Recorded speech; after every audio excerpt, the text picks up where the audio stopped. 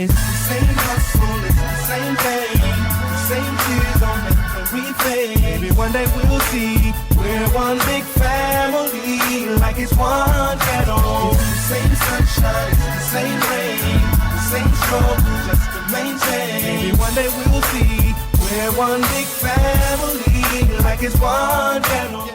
As the Office of Indian Affairs aimed to formalize and standardize the dealings with the native tribes.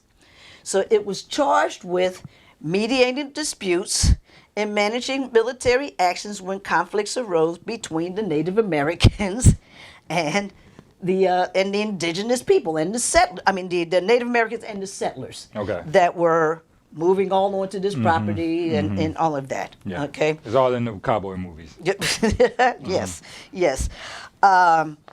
So now again, this act now is created in 1830, and it was signed by Andrew Jackson. He authorized the government to negotiate treaties with tribes to acquire their land in the eastern United States and relocate them to Indian territory west of the Mississippi River. That's what he did. Okay, that's what he signed. The office itself, okay, was responsible for carrying out the terms of the removal treaties and overseeing the forced relocation process. Wow.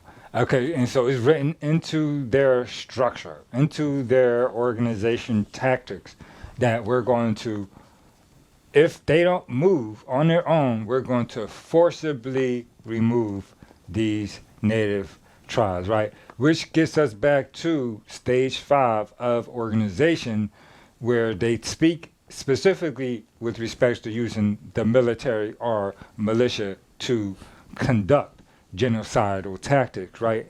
And so, so here again is a perfect example of the genocide occurring. The issue and the problem is that the history of this process has been hidden because, again, we're talking about the East Coast, right? And the East Coast indigenous population looked different than the West Coast indigenous population. Even the Southeast Coast, the native people look different than the indigenous people from the Northeast. Right, right. And they use that tactic against us. And, I just want to also acknowledge that before this time, there were tens and dozens of treaties that, were between the indigenous populations and that were negotiated prior to this. And I also would like to acknowledge that despite the treaties being written, again, just like we talked about before, a lot of the people didn't want to go. Right? Oh, well, that's why they had to come back and renegotiate a treaty and do another treaty, and each time, they might get a little bit more money, but also they would have to give up. More land and things like that.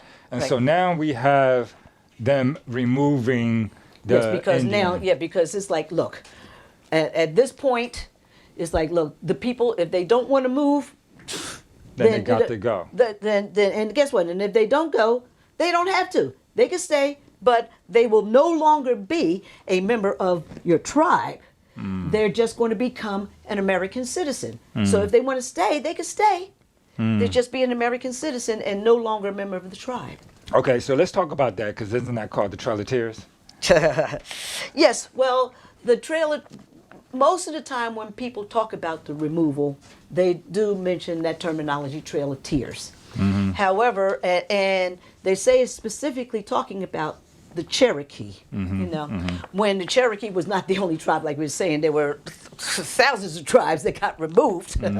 So the Cherokee, but they were basically the last ones that got removed. But also, it is the belief that that because they were the most acclimated, we say, to European society, that they felt betrayed by the United States government because they thought that they had developed enough that they would be able to stay. They tamed themselves enough, as the United States would use. Right. Yes. So yes. Yeah. So they thought that they would be able to stay. They developed a written language. Just because this is what the the United States said. Y'all don't have this. So they created one. They claimed that they created a government based upon what the United States was doing. And so again, they were trying to prove themselves.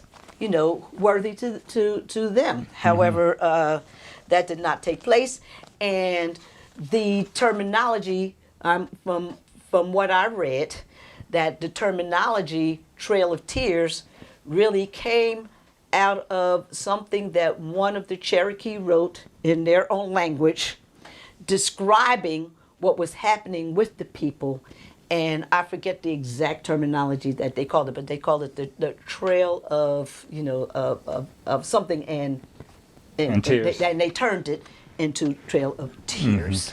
Yeah, I mean, well, because again, this tribe had assimilated, right, and so it was very difficult for them to have given up so much of their, ancestors' ways to now only suffer the same as maybe the first tribe that they helped the United States to get rid of, right? Because they were, again, in amity with the United States and, friendly, which would mean that y'all are doing things on our behalf. Right? And the same fate happened to the chiefs from the Cherokee. Oh, he got killed too, huh? Yes, and this was Major Ridge was the.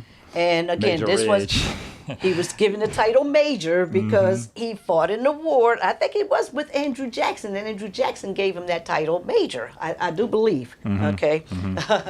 Yes, but he and his nephew and a few other people, they signed the treaty, and that was the Cherokee when they signed the treaty, and John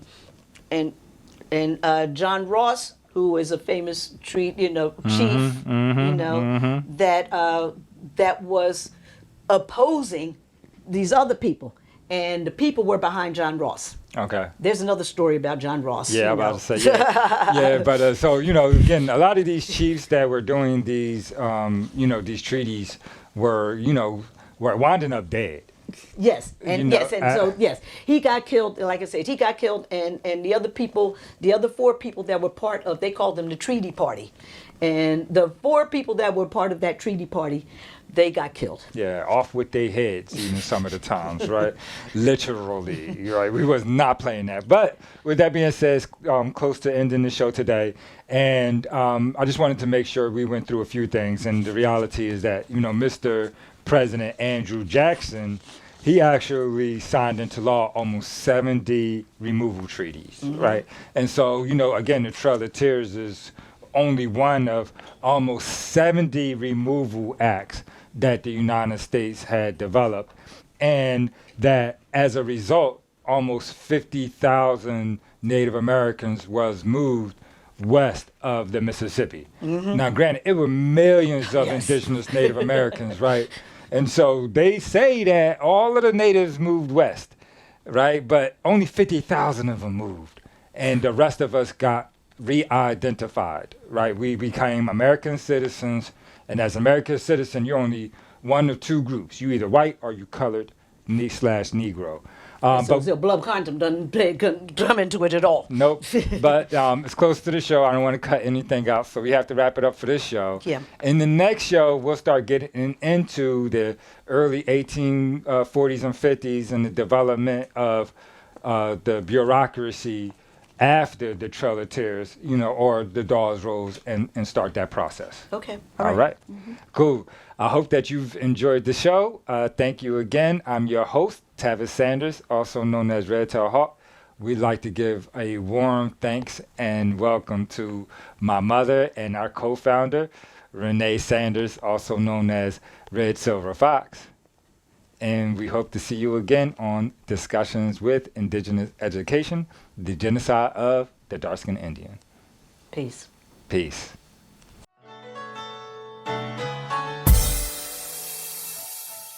It's the same hustle, it's the same thing. The same tears don't make the refrain. Maybe one day we'll see we're one big family.